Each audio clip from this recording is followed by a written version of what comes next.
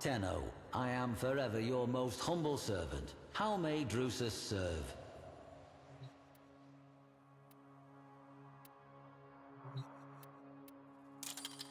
That's fine.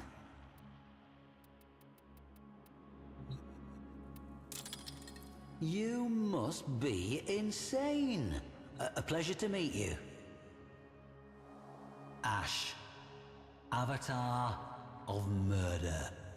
Patron saint of the Orokin School of Political Assassination, known as the Scoria.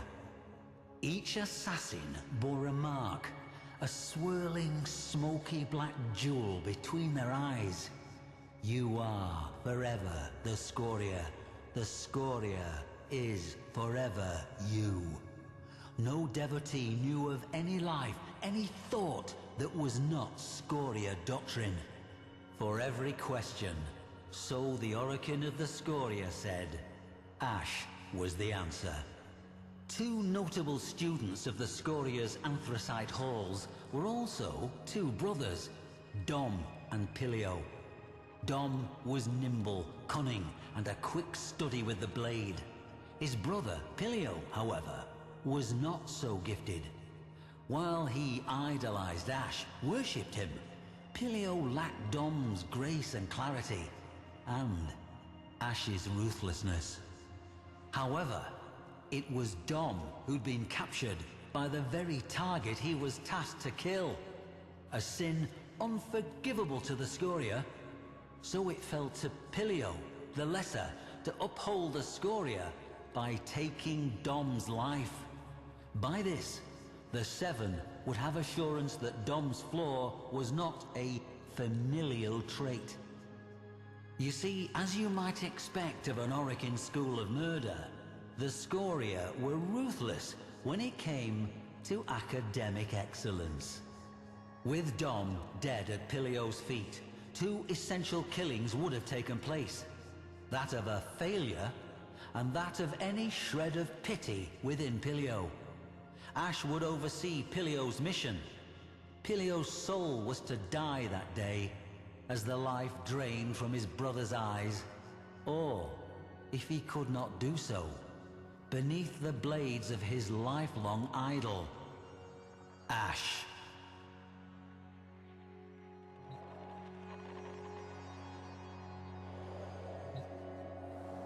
A sliver of pale sun found them close to a stately tower in the dusty heart of Martialis metropolis. Coils of red Martian dust trailed tongues from the dark metal of Ash's Edo epaulets. The boy idolized the Warframe and was eager to prove himself, even as some part of him felt cold and afraid at what he must do. Doubt is betrayal, taught the Scoria. Pilio recited this, but could not quench the fear he felt. Fear of what he must do, and fear of what his hero and idol would do to him should his faith fail. Ash gave the signal. Pilio shot forward in a bold, unconventional dying vine pattern, readying the Scoria-favored dust fang technique. The tower guards squinted into the amber light of the Martian sunrise as a flash cloud of smoke flooded the lane before them. Shaking sleep from their heads and still thinking of breakfast, the guards readied themselves.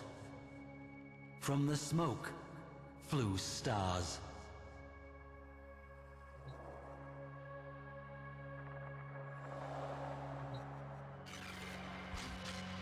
Staring into the lifeless eyes of the guardsman at his feet, bile rose in Pilio's throat.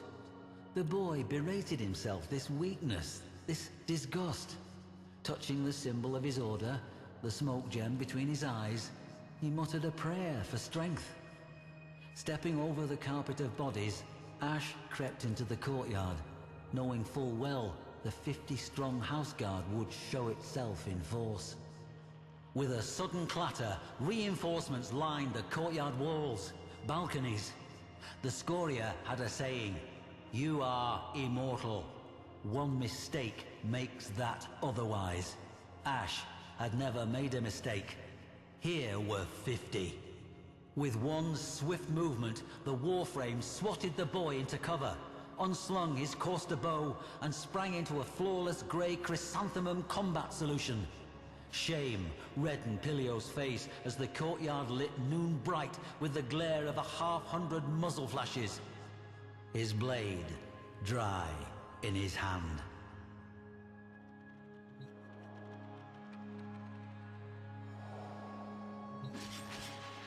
Ash methodically met and disassembled each and every guard, mezzanine to mezzanine, a masterclass in the correct choices of stance, kata, technique and attitude.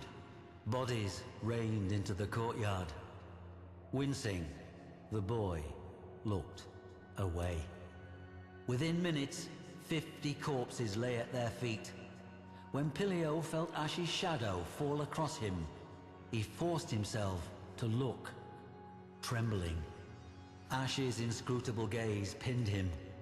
Chest tight, breath terrified and quick, Pilio forced himself to stand and face his assessor. He could not look at the bodies. Truthfully, he expected to die where he stood. If the Warframe approved or disapproved, he gave no sign. Rather, Ash opened an arm, showing the way toward Pilio's final trial.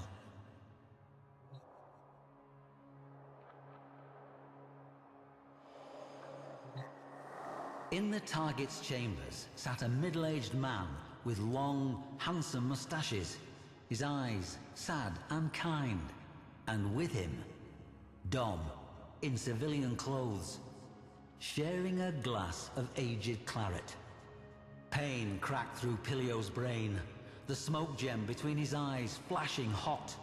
Sudden images of sunlight, vineyards, a woman's face. The gem burned as it pushed these images away.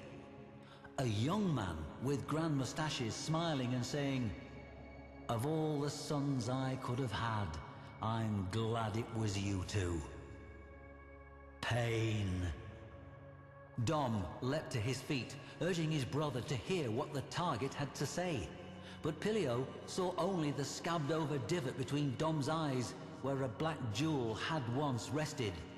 Dom had turned his back on their order. Why? Why had he done this? The mustachioed man leapt to Dom's defense, snatching his sidearm from beneath his ironwood desk. A foolish mistake. Ash split into impossible multiples. The man opened fire on the three, before being seized from behind by the fourth. Ash's illusory clones vanished. The weapon clattered to the polished wooden floor, even as his feet left it, dangling 3 feet above, helpless. Those sad, kind eyes locked on Pilio's in a regretful farewell. "Ask the Warframe," Dom said. "He knows exactly why." Fear filled Pilio's heart. Pilio turned to his idol, that saint of murder. The same question, but this time for Ash. Why? That moment of breathtaking impudence stretched for an eternity. Ash released his grip. His prisoner flopped to the floor, gasping. With one great hand, Ash reached toward Pilio's face and sank a vicious talon beneath that midnight jewel. Pilio screamed. Blood flowed. The gem flew free with a nauseating pop, cracking against the wall to die in a weak plume of rancid smoke. Blinding white insight descended upon Pilio de Nas.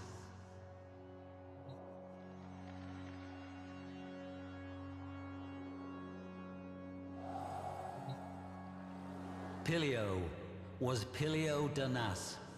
Everything the black gem had walled off within his mind was now laid bare. The Scoria had stolen the sons of Leo de Nas. Leo de Nas, kind-eyed Leo de Nas, was stealing them back. "Of all the sons I could have had, I'm glad it was you two." Father and son beheld each other truly for the first time in almost 20 years. Pilio had long aspired to wearing the Edo armor, the highest honor, to signify his faith. But now he saw only the bare ribs of Ash's cremata Cyandana, signifier of death, and knew with certainty that was the sole credo of the faith he had followed. The boy, who until that moment had thought himself a lifelong killer, was now torn between the nocturnal life he thought he knew and the sunlit life he'd been stolen from. Torn between doctrine and family, and, blade in hand, torn between saving himself by killing his brother or dying alongside him at the hand of his idol. Ash waited, patient as the death he signified, in a room in a moment that felt suspended in eternity, waiting for Pilio's decision. The blade fell from Pilio's hand. Dom reached out and gently took that hand. Ash did not move. Leo Danas swept his boys up and out of that room, and, as a family, they fled the tower, the city, and Mars forever. Ash did not move.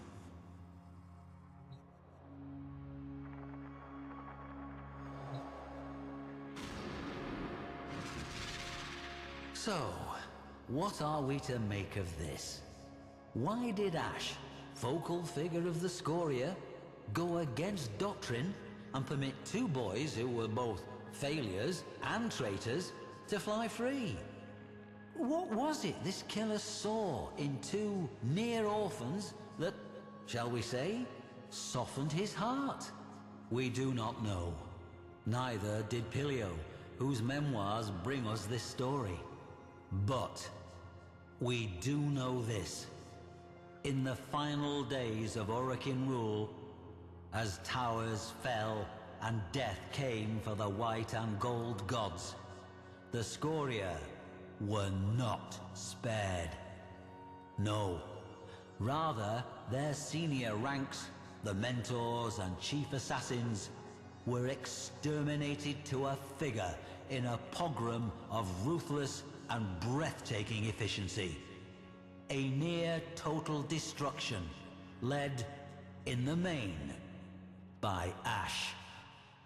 Curious, no?